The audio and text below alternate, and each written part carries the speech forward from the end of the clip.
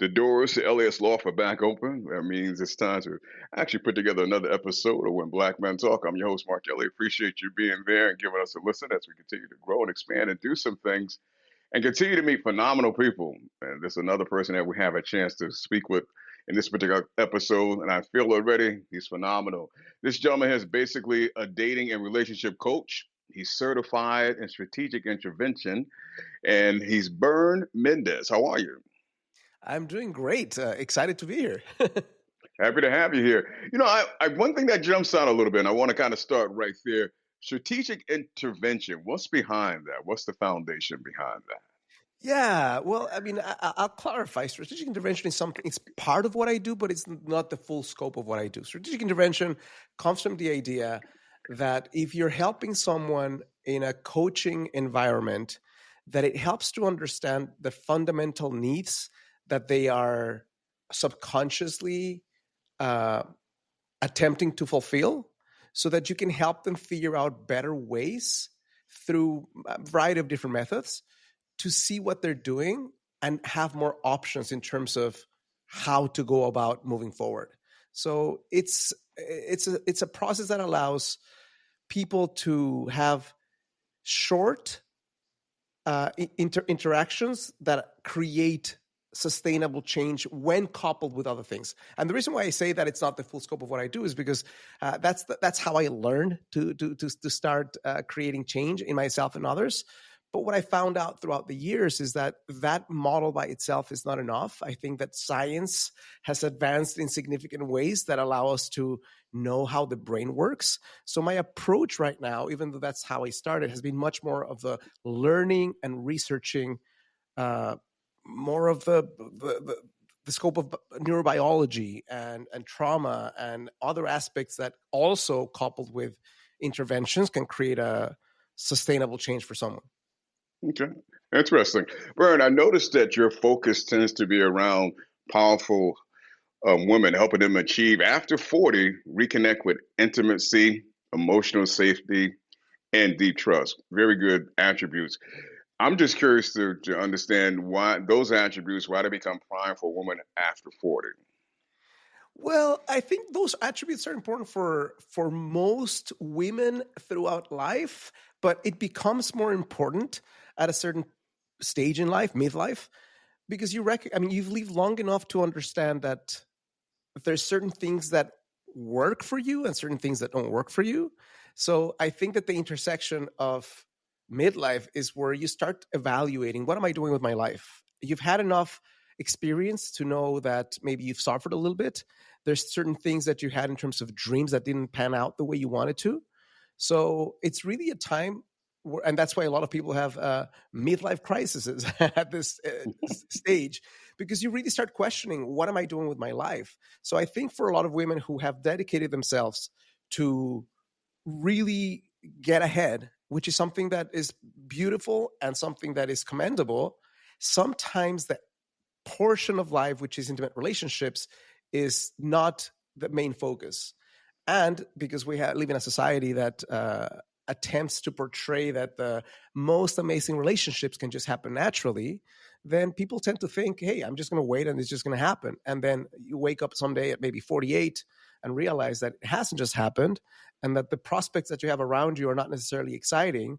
So a different approach from the one that's taken you to be successful at work is needed to create a plan of action to maybe open up the heart a little bit more and find a partner that matches the depth that you've been seeking. I think in these terms, I think that sometimes we get to think that we can do it all alone. And then there's an emptiness that comes at certain points where we get the punch of feeling. Maybe somebody dies in our family, or maybe a friend goes through something really challenging. Or maybe we find ourselves at the hospital and with no one really to call that's close to us to hold our hand. So those are times where we get a chance to reevaluate, what do I want in a partner? And I think for a lot of us, we're seeking, because this is the time in human history where more is possible. We're not just going for someone who gives us company. We want somebody who's an intellectual match, somebody who spiritually resonant with us, somebody who is also emotionally in tune with our feelings. So it's a good time to want more. At the same time, the gap between what we want and the skills that we have has never been greater. So that's where I come in. Okay, that's deep. Let me go to one of those attributes realistically, the emotional safety, because that's a word we don't hear about. We hear emotional attached to a lot of different things, but a lot of times we don't hear emotions attached to safety. Give us some information about that attribute. Yeah, emotional safety, bird's eye view, I would say, has to do with the ability to feel seen, the ability to feel understood, the ability to be able to express your needs and have them be met with curiosity instead of defensiveness. So, being safe, in my view, means having the ability to create a deep friendship with someone where the communication flows, and even though there's disagreements, there's almost like a secret code in terms of how we're going to deal with those. I think every couple in alive today is going to go through multiple challenges. It's how do you solve those challenges that creates safety or creates lack of safety. And if you think about, I mean, think about anyone who's listening right now, think about your deepest, closest friendships. And typically, for most of those are people that we feel safe to be ourselves with. There's nothing more powerful than being able to be yourself and know that, I mean, so long as you're being healthy about the whole thing, there's someone who's witnessing you. And even though there's flaws in you, they're still there. So that's the safety is the intersection, I guess, between being vulnerable and being expressive and knowing that the person that you're connecting with is going to act in good faith and non-judgment, even if they disagree with your stance. Yeah. It's interesting, Bert. I love that because I feel like that's like the obvious that doesn't really get spoken or thought about too much, but it really does need the attention and really be highlighted and brought to the forefront. Now, this one to me is huge. You speak of deep self-trust. That's huge. 'Cause a lot of times we don't feel good about ourselves in certain areas, and we can lean into that sometimes and not have that deep self-trust. So that I'm really interested to hear about deep self-trust. Well, deep self-trust is something that takes place when you get to know yourself. For example, I talk to a lot of women who and I make a big difference between the presenting problem and or a symptom and the root cause, right? So, for example, if somebody talks about they'll say to me, "I just don't trust men." I would say, well, let's go a little deeper. And sometimes it's not that not trusting men exclusively, it's I don't trust myself in the context of men. I don't trust myself to make a good decision. So deep trust for me in the context of my work is understanding what you want, who you are, and what you're feeling in real time so that you can make more informed decisions about what to do going forward. And that's why part of the work that I go into these days is much more focused on uh, emotional regulation, because when you're not emotionally regulating yourself, then you're not sure what's happening inside you. You're not sure what feelings you're experiencing. Therefore, the reactions that you have are reactions that are different from the ones you'd have if you were regulated. So you can't trust yourself in the sense of I'm going to do something that goes against me, or it feels good, but it's not good for me. Like, for example, I connect with lots of women who, when they first show up in the context of wanting to work with me, they feel deeply attached to a guy who is not good for them. And they know he's not good for them because they want opposite things, and because maybe he's been acting avoidant, and maybe he's being disrespectful in some ways, but they can't stop themselves from connecting with them. And in that, and it comes down to, like, at a certain level, I don't trust myself to make the right decision. So part of the learning to trust yourself, there's a concept called attunement, which is, it's like an art and science of being able to be finely in tune with what you're feeling somatically and around you, so that you can be much more aware of what the better response could be in a given subject. Also, it's something you can do with somebody else. Again, if anyone who's listening right now has ever felt deeply seen or heard by someone, in that context, more likely than not, the person is attuning to them. And it's not just something you do with words or mind, it's your body language, it's the way you breathe.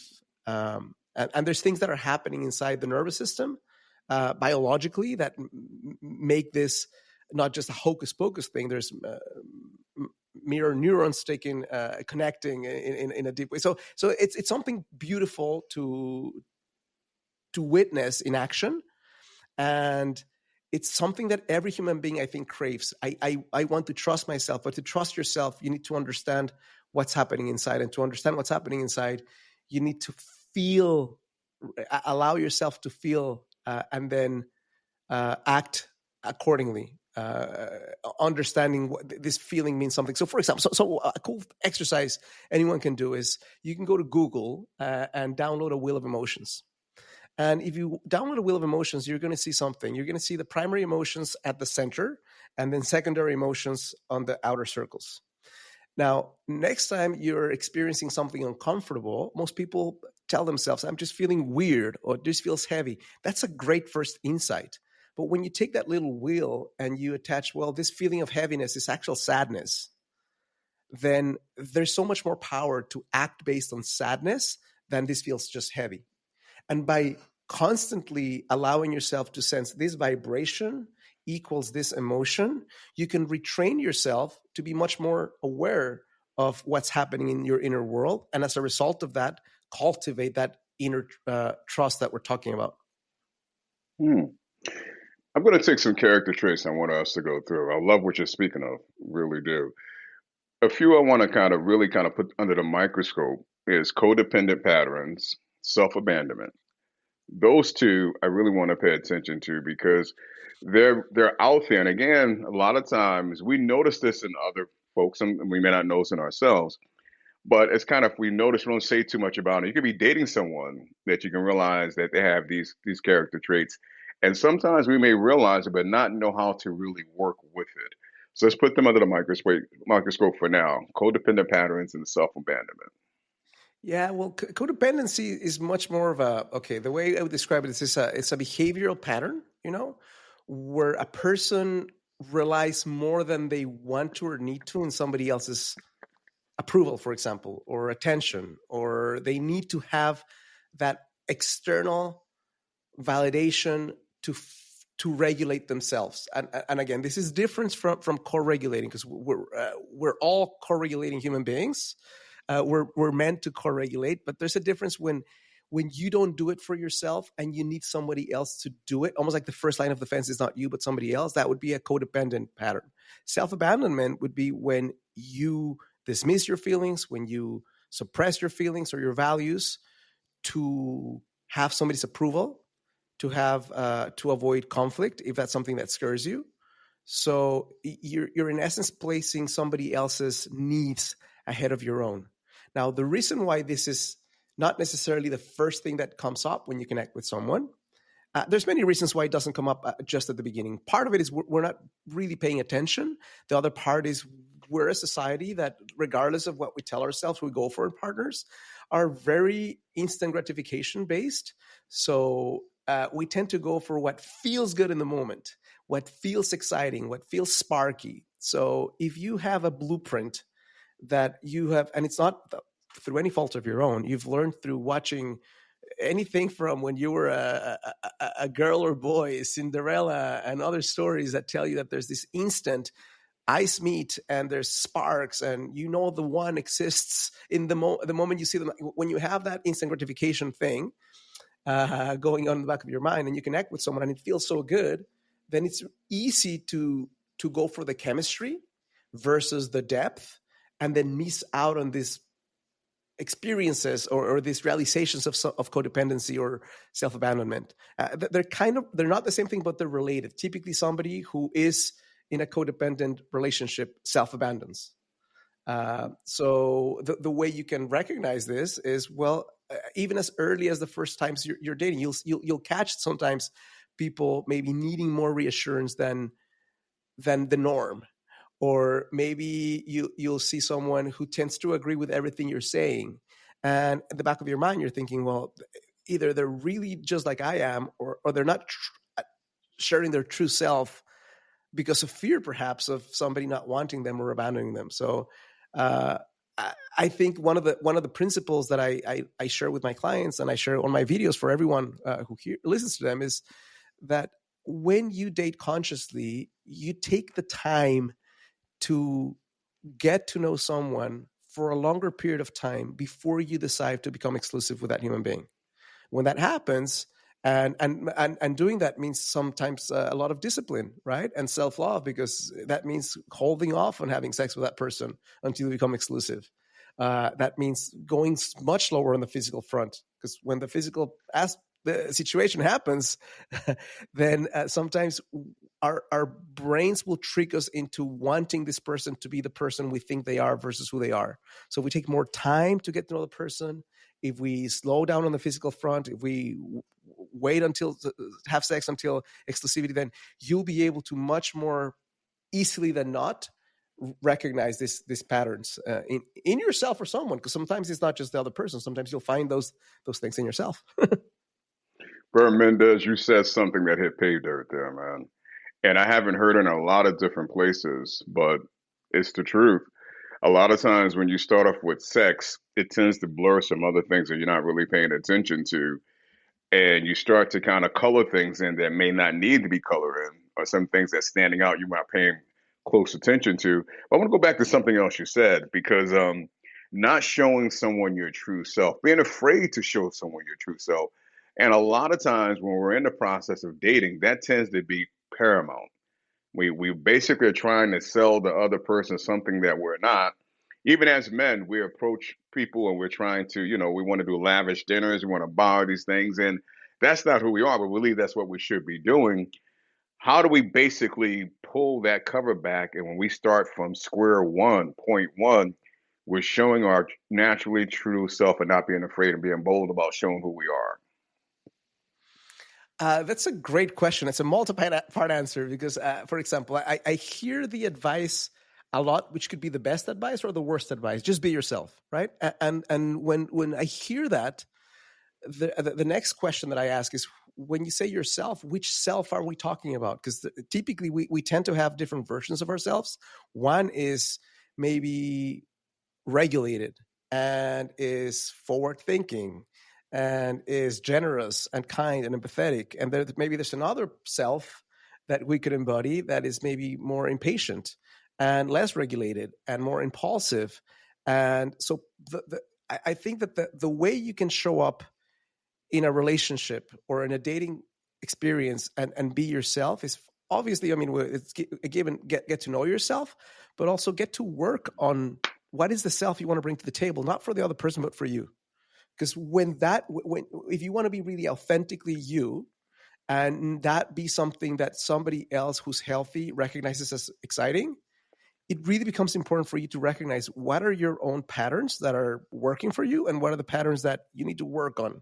So that, because if you just show up as yourself and there's things that you bring to the table that are not good for you or the relationship, and then the experience that you get from the other person is, well, they don't like me. And then you say, well, I'm just being myself, therefore they're out.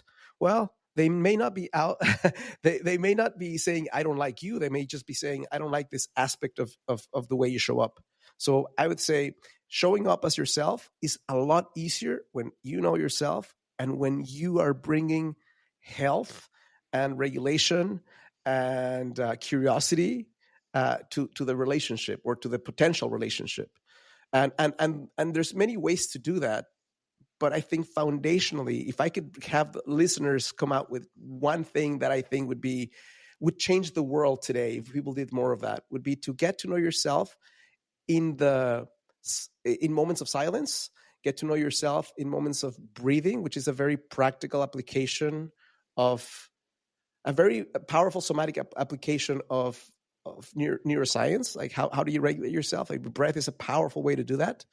Journaling, like write down your thoughts and don't censor yourself, and then get a chance to come back and reread what you wrote and see if it's consistent with your highest self or not.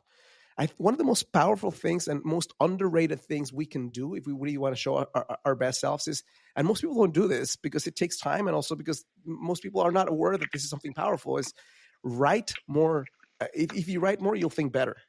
And if you think better, you might discover things that are going to help you to show up as a stronger potential candidate for somebody else. But at the end of the day, it's not really about so much about for somebody else, even though that's going to be exciting for you. It's you live a better life. You'll be a person who's happier with who you are. I'm not sure if that answers your question, but that's my first take on that. No, it did. Really, it did. I mean, it was, as you said, it was two part. And that's a big question. It's a wide question, but I think it's a question that's really important because a lot of times we don't get to know who we are, and we mask some things about ourselves that we don't like about who we are. Instead of trying to work on those things and improve those things, we try to mask. We don't show up, and we don't allow those things to be exposed. And then sometimes later on in a relationship, those things that we don't like about ourselves become uncovered, and the person that we're with, they don't like it either, and then it causes problems. I want to throw another character trait underneath the microscope, and that's people pleasing, Sure. because some of us fall into that realistically, thinking that we please the other person, they'll want me, they'll desire me, and they'll have me. So sometimes we go up and above in people pleasing, and that to me is another character trait I see happens a lot in relationships and dating, for that matter. Yeah, I mean, and the thing with people pleasing is that, like many things that show up in the context of a relationship or in dating, there are problems and there are symptoms. And people pleasing is not a problem; it's a symptom. Because when somebody experiences, and typically, at least in my line of work, if somebody's consistently showing up that way as an adult, there's something hidden in childhood that started it. Sometimes it changes later in life, but typically, it's um it's an attempt to how would I put it? It's an attempt to survive in some way, right? If you learn as a child that the only way to get your parents' approval or to not get hurt, because that happens too, emotionally or physically, is to agree with the way somebody's showing up, and that gets sets in as a pattern, then people get a chance. I mean, sometimes repeat that throughout their lives if unexamined and not worked on. So people pleasing would be something that shows up when you have a fear of abandonment, for example, when you have lower self-worth or self-esteem, when you have unhealed trauma, when there's emotional dysregulation. So, and it's something human and it's something to be compassionate about.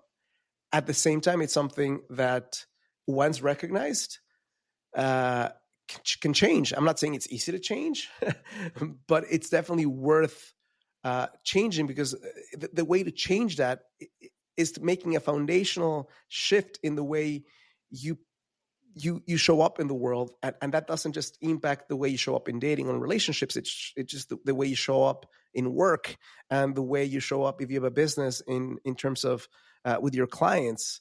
But unexamined, it's something that can, I mean, somebody could go through their entire life seemingly being generous at the expense of their own needs. And that's a sad thing to happen, because it's not necessarily coming from a general place, coming from a place of fear, from a place of, if I don't do enough, then they won't like me. And then there's resentment, because when you do that a lot in a relationship, not because you really want to, but because you feel like if you don't, then you won't be worthy of their love, there's resentment. And then the person might become a little bit passive aggressive later on, or feel like now you owe me, even though the person didn't necessarily ask for those things. So, but it's a big thing in terms of, if you're looking at patterns that show up in relationships that create a lot of imbalance, that would definitely be one of them. Let's go back to those three character traits: codependent, patterns, self abandonment, and we added people pleasing. Now, these things aren't not that familiar with you, Brian, if I understand correctly. These three components played a period in your life for a period of time. Enlighten us to how they rolled into you and how they were a part of you as you walk your daily life.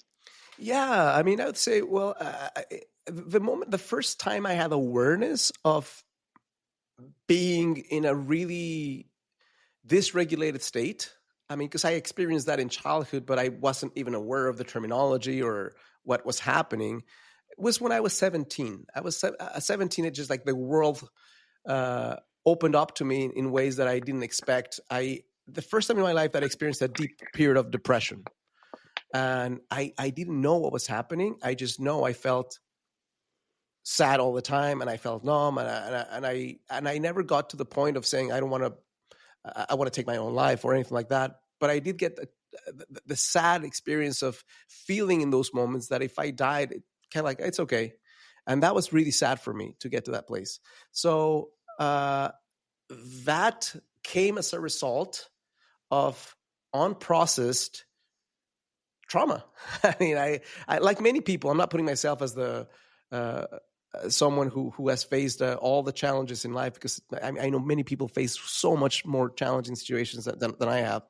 But my dad, an incredibly loving person, also went through a lot of pain of his own life. So I was beaten up many times growing up, from being a child to until I was maybe 13, 14, when I was strong enough to defend myself, So that shifted my nervous system. And I started being in a space where, like many people, you tend to seek to resolve the unsolved situation in other relationships. And for me, it was even at that age, connecting with women who would reject me and who actually would validate the idea I secretly had about myself, that I wasn't worth it. I would experience that and say, okay, I was like, validation, it's true. So that's like the first time in life where I realized something needs to change, because abandoning yourself for me at that time meant doing a lot for others at the expense of my own wants and needs. And it also meant developing an identity of someone who wasn't good in connection with in relationships.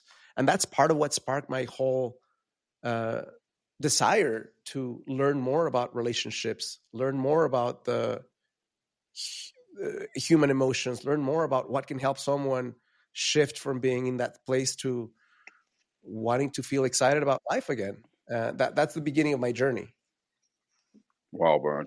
At 17, man, that's a lot for a 17-year-old to understand and basically start to build and learn from. That's remarkable. I'm going to ask this because I'm wondering. Now, I even got to wonder about this because I think over the years we started to understand this more. I think for a long period of time we didn't understand that the role of that's played in a child's childhood, how basically when you turn adult, how that role, things that happen, not only affect you in your dating life, your relationship, but just in the way you present yourself. And, hearing what happened with you and your dad, a lot of times I think is when those things type of happen, we tend to do our best to try to separate ourselves from it, but not really work our way through it. And I think a lot of times people are showing up now without working their way through some of the things that might have taken place in their childhood, and therefore not understanding that, and sometimes coming to certain trials in relationships and dating for that matter. But I want you to speak to, if you can, just about the childhood role that it plays in someone, and maybe something that you see from time to time as when you're, dealing with your clients, how things maybe come back and relate back to their childhood. Yes, it's a great question. The most classic example of this, and the most consistent way it shows up in my work, is through the concept of attachment. And attachment research shows that what happens very early in life is not even when you're a lot old, when you're in the first couple of years of life, the way your caregiver attunes or doesn't attune to you Hey, Brian, I'm having to has do me a a favor. If you massive don't, impact in. I'm gonna stop you one Sure. second. I'm sorry. For some reason, when you started that, when you said the way it shows up, your voice got a little choppy. If you don't mind going back and just repeating that for us, please, we'll make sure because that's Yeah, vital to no worry. hear. Mm-hmm. Sure. Okay. Yeah, the biggest way that shows up in my work is through the concept of attachment styles. Attachment research shows that what happens in the first couple of years of a human being's life has a direct impact in the primary attachment style that the person will develop, that will impact every interaction that he or she has with other human beings, and it's most uh, probably intense with the closest interpersonal relationship. And for most people, that's your intimate partner, because the way your nervous system learns to wire at that early stage will inform if you are someone who is more of insecure in the way you connect with people. Like when we talk about people pleasing, when we talk about self-abandonment, that would be an insecure attachment more likely than not. Or if it's going to be more avoidant, or if it's going to be what is labeled as disorganized, which is a combination of both, or if it's going to be secure. And no one is just one of those, because I think that there's also, if you listen to TikTok or or YouTube or whatever, there's a lot of talk about attachment styles as though they are set in stone, never changing, and just monolithic in terms of just one. You're just one of those things. We all have the four of those in different ways, but there's one that we tend to go to most. So the way these things show up mostly in life is when people don't understand what happened, they just show up in life, and they either are the person. The most common ones that I see in my work would be avoidant and insecure attachment. So insecure would be more where someone needs constant reassuring more than is healthy for the human being, for the other person to reassure them, or lots of messages, or if they don't hear from the person in a certain amount of time, they start feeling really anxious, and that informs the way they react to the person when they finally do show up and text or call or something. Or avoidant, where somebody gets close enough, and when they get close, there's a feeling of, it's too much, I need to pull away from this, and it's too intimate. So both of those things create a lot of challenges. Now, something that's very common is you'll get a person who's primarily avoidant and a person who's primarily anxiously attached connecting with each other. And it's kind of like the worst of both worlds, because the more the person who's anxious wants the other person, the more the person who's avoidant doesn't want them. And it creates a really painful dynamic for both people. Yeah, that is real interesting right there. I'm Mark Elliott. We're along with Bern Mendez, the dating and relationship coach. He's certified in strategic intervention. He's been kind enough and gracious enough to spend some time with us here on Black Men Talk. When Black Men Talk, I appreciate him stopping by, and the information that he's delivering is unbelievable. So I appreciate that a lot. You spoke of the nervous system a few times. I want to go there because you tend to utilize neuroscience and inform and emotional atonement along with intuitive strategy.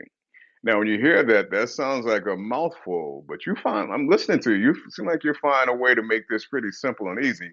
So, explain to us how you use those three to basically attain the goals necessary.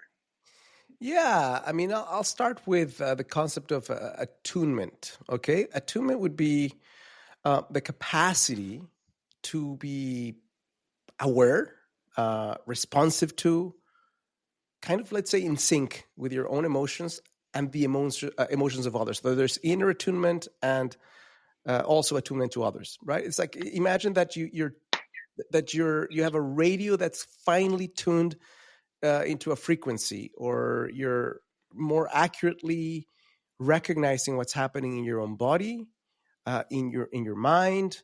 You're maybe picking up cues from the person in front of you, allowing you to respond appropriately. For example, you recognize that someone, well, you can do it in yourself. For example, maybe there's tightening in your chest when someone says something hurtful, or maybe you recognize that somebody's voice shifts when they're responding to you with empathy and presence. So that would be attunement. Emotional regulation is it's related to attunement, but it's the ability to manage and to modulate your emotional responses.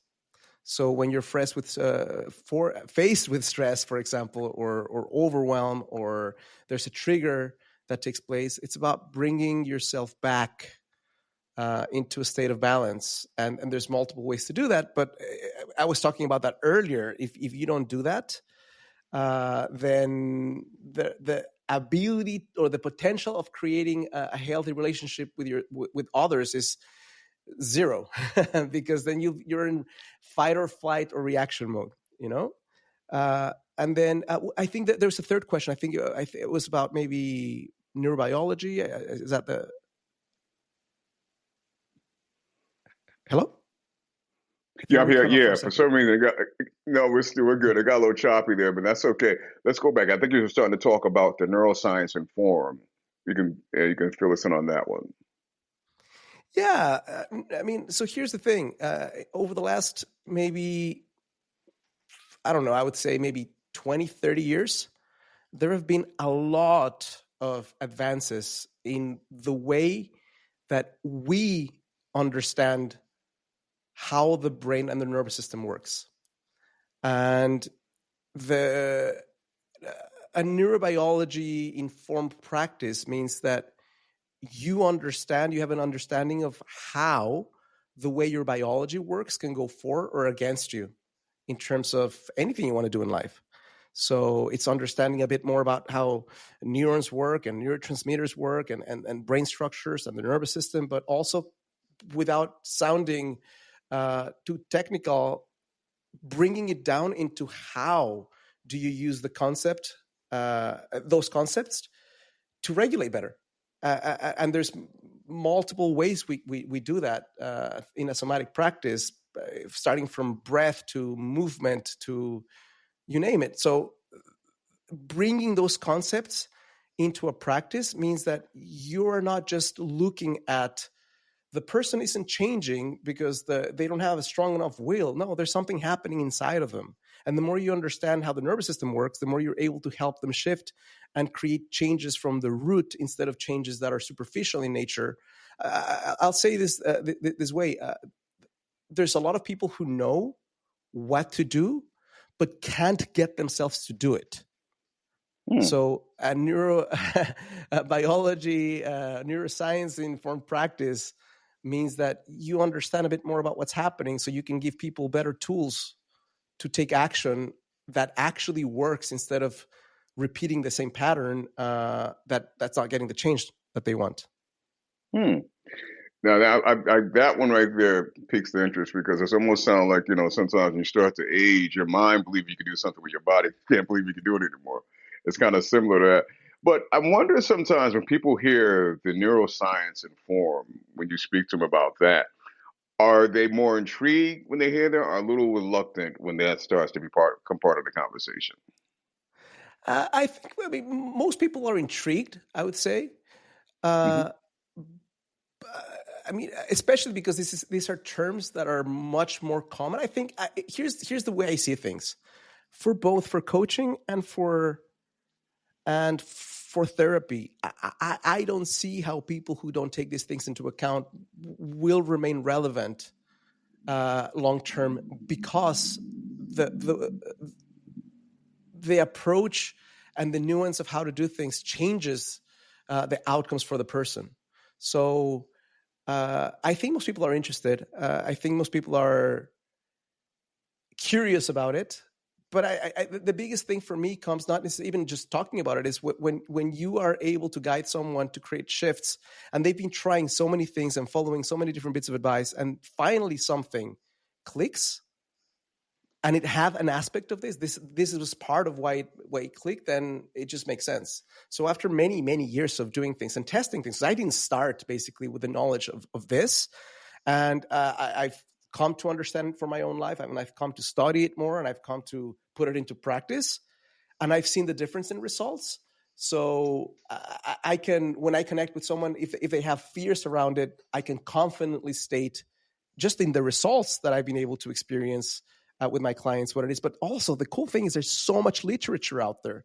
This is one of those things where you can wing it and come up with your own theories, or based it on something that people have spent decades researching, and there's peer-reviewed studies about that can show these things work. So when you can point someone, especially the type of people I work with, which are highly intelligent women, they tend to go for the data researched approaches much more than just this sounds fun, which it's okay to try fun things, but I think that if we base it on something that's more solid, it stands more ground to take long-term positive effect in someone. Okay. Let's go back to the dating aspect of after 40, because it's been said dating is a place of self-worth, not scarcity. How do they differ when you look at those two? When, after 40, basically, maybe the self-worth is there, it's not there, but not scarcity. Okay. The reason why after 40, and I'm saying, I mean, 39, 40 could be in the same range, but I'm saying after 40 in terms of the work that I do, I've done a lot of research on this, especially the last few months, and there are factors that make the time period of midlife specifically challenging for women. Starting with, I'll just give you the first one of 30 points that make it challenging for women. So let's start with this.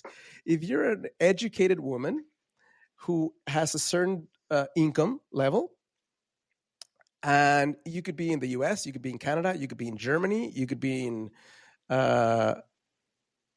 Tokyo, you could be, I mean, there's many countries where this is the norm.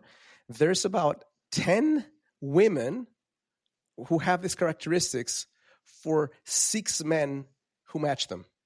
So just on that one point alone, there's a supply and demand challenge right now that makes this challenging for women. Now, if you add to that a few other things, including maybe the way people connect with right now on apps, and apps can be very powerful. Most people don't use them in a way that are powerful, so they get very disappointed in the results they get. So if you couple that type of new, let's say, situational economy where people feel more disposable, and there's this type of reward mechanism on apps that becomes almost addictive if you're not sure how to regulate yourself through the use of apps. If you add to that, there's a giant crisis right now in terms of what men are going through, income-wise, education-wise, in terms of labor, and then you add to that, on top of that, the idea that we want so much more than we've ever wanted. It makes it a very, very challenging space for someone. Now, the frame that I come from is one where all those challenges exist. Most people have felt the effects of them, but are not aware of all of them all at once. So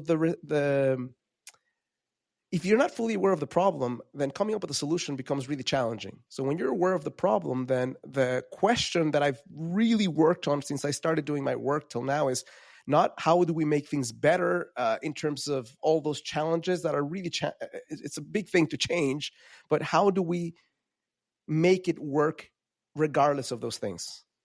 Because when you start coming up with an approach that makes it work regardless of those things, then you actually stand a chance to get the type of connection that you want. So in the type of work that I do with my clients, I help them figure out, I help them with strategies that I've come up with, understanding the challenge, how to circumvent the challenge and still get the result. I'll give you some basic examples so it's not just abstract.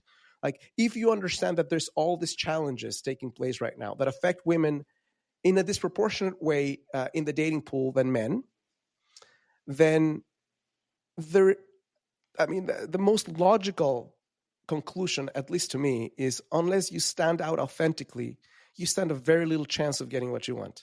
So one of the first things I work with people on is how do you express who you are more authentically, more courageously, and with more radiance, so that even though there are fewer options, those fewer options can find more resonance in you than in someone else. That's the first one. Second thing we need to do is high level, figure out how do we use technology today to get more of what we want, and that means if your idea of here, I'm going to find the love of my life, and my only strategy, I'm going to go on apps.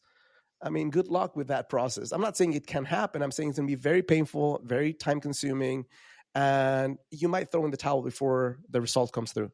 So we need to make sure that in addition to using apps powerfully and regulating so that you don't get burnt out, and know how to connect with human beings authentically in the real world, where you have a stronger vetting mechanism through more senses, and where you have a chance of not just relying on the apps, but knowing more abundance because you're doing something in the real world to get it.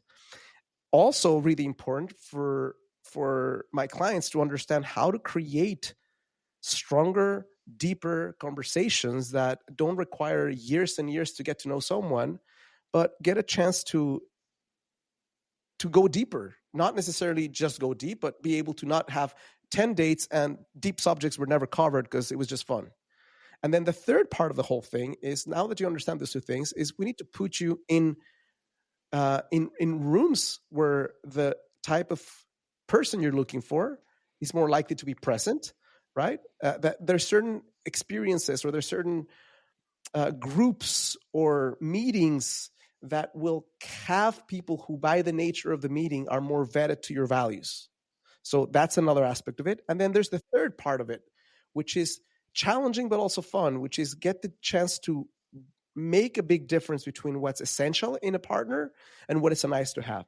And I think because we live in this place where we watch Hollywood films and also I don't know, Instagram weddings every day, we get a chance fantasize, right? About here's Yes. here's what's possible. Everything is possible, and not everything is possible. So what are the most important values you want in a partner so that you don't equate I don't know, loyalty at the same level as height? And I know that sounds funny, but you'd be surprised how many people have requirements that really put them out of the context of getting someone. There's a researcher, his name is Tai Tashiro, and he wrote an entire book about the whole thing. He says, if you had 3 wishes, what would you spend your 3 wishes on? And let's say you're a single woman right now, and you say, my first wish is that the guy is 6'2" minimum, because I like tall guys. If that's your minimum, you're in one single wish, not even taking into account income or education or anything. You're discarding 93% of men in the US in one wish, and you have maybe 10 more wishes. So one of the things I help my clients do is figure out, okay, what are the wishes that we can be more flexible on, and what are the wishes that we need to have a stronger stance on, so that by that type of opening and being in the right rooms and beaming out more powerfully who you are, you actually have a shot of getting what you want. So that's my 3-step approach, super high level, that allows clients who have basically come to me saying, hey, it's been years and years and I don't find my guy, to finally find their guy. And then 5 years later, they're still married. Yeah, I find humor in that because the Instagram writing and a lot of what we see on television in general. And don't get me wrong, weddings are beautiful, but they have built them up to be this big, romantic, beautiful, what's what I'm looking for, somewhat of a childlike, something you dream about your whole life, with the glossiness, to where a lot of times those are expectations and not much beyond that. But I want to go to intimacy. That's the word that came out earlier. Maybe we didn't speak too much about it, and in a sense, restoring it, because to me that could be a task, and I'm not sure a lot of times we really even understand what intimacy really is. So restoring intimacy, let's say after a burnout, sometimes maybe, someone's after they reach the point of 40, they spend more time with their career, or maybe they were in a previous marriage that things didn't go well. How do you go about that process of starting to restore intimacy? Well, if the person in question, like the one you're describing, is experiencing burnout, the first intimacy that needs to be restored is the intimacy with your own self, right?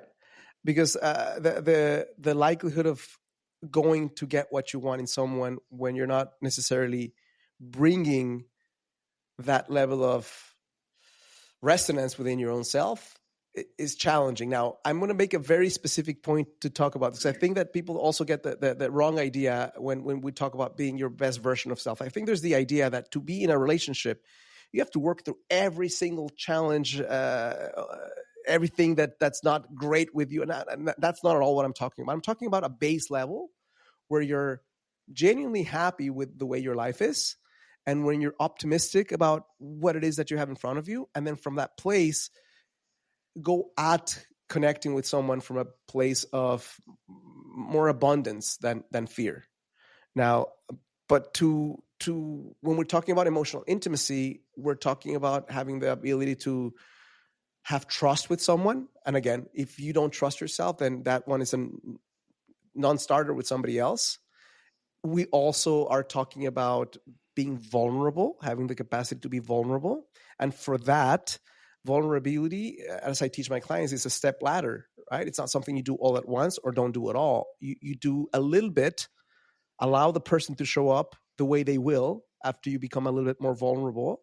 And if they do show up with kindness, compassion, with empathy, and they become slightly more vulnerable, then you go another step in the ladder, it's like a dance: one step versus all at once, right? So vulnerability would be another aspect of this emotional intimacy, understanding each other, and that's why attunement is so powerful, because you can have a conversation with someone that's 3 hours long and still not feel understood or felt. And I think when you are in tune with yourself, in your nervous system, and with the other person, the likelihood of having mutual understanding is higher. There's acceptance of somebody else. That doesn't mean you agree with them. It just means you accept that's who they are. There's responsiveness in the way you show up. If you're listening to someone with your whole heart, or even with part of your heart, then you let them know through your voice, through your nervous system expression, through your breath, through your eye contact, that you care about what they have to say. So, and there's different levels. I mean, there's a cool book. It's not a long read. It's a relatively short book called 7 Levels of Intimacy. And that book gives a basic but important framework of, okay, here's the different levels that exist in communication and connection with someone. And he starts with level 0, or level 1, which would be a cliche, and goes all the way up at the highest level of expressing your true needs, right? But there's talking about fears, and talking about your dreams, and talking about your opinions. I mean, there's increasing levels of intimacy in the context of conversations and friendship with someone, and understanding what those levels are can give you a framework as to, okay, this doesn't feel too deep. Why is that? Oh, we're talking just about facts right now. Facts don't feel very intimate. They feel better than cliches, but they're not the whole thing. What's the next thing? Well, then above facts is opinion. So here's what I think about that. So you go up a ladder, and through that, I mean, with time, with getting to know someone, you can experience more and more intimacy. You having a safe place in love, business, and life is really an honorable achievement. And I'm gathering, I understand when people tend to work with you, this is something they tend to achieve. Let's speak to that. You know what? The question got caught up in, so I couldn't hear the question, Mark. Sorry about that. For some reason, the system is kind of, I don't know, maybe it is acting up today. Maybe the weather's too hot. But I was saying basically having a safe place for a woman to have a safe place in love, business, and her life is really a sincere, honorable achievement. And from what I'm understanding, that's something you help bring them to. And I want you to speak to that some if you don't mind. I am really sorry, Mark, that last part got mumbled up again. Let me do something. Let me check if you want my internet here, make sure that my things are okay as well in this side. So if you hold on for a second, I mean, Sure. Okay. it seems like it's good. I'm not sure. Do you want me to? I could restart but it might disconnect if I restart my browser. No. We almost 2 hours there, man. Because I can take this part out. Don't even worry about it. I'll try the question again. I'm gonna pause for a second. I'm gonna bring the question back in again. Okay. So I'll pause and see if you can get it. A safe place in love, business, and life is an honorable achievement. And Bern, it seems like that's what you're helping these ladies come to. Let's speak to that some. Sure. Well, the thing is, most of the people that I work with already are in a good space in business. Sometimes there is a feeling of burnout, or there is a feeling of, I was sold this bill of goods that says, when I get all of this, I'll be happy. And I'm here and I'm not happy. So part of the work that I help my clients go through is not just, here's how to get the guy. I think that's going to be a cool thing. And obviously that's part of the reason why they come to me. But the other part is, I want to feel happier right now with where my life is, and I want to have more meaning. Sometimes success doesn't translate to meaning. So part of this whole work is helping someone to reconnect to the truth of who they are, and to show up in the world in a way that they feel genuinely excited about. And from that place, go out again and create a connection with someone with more skills, with more boundaries perhaps than they had before, with a deeper understanding of themselves and their Yeah. nervous system, so that what they have right now, which is typically something cool to begin with, but may not be fully experienced in gratitude, can actually be more Wow. balanced, and they can have the success that they have in work or business, but they also have the balance of a human being who connects with them and who helps them not have to carry the weight of the world on their shoulders, and who is a true friend and an advocate for their best life. Okay.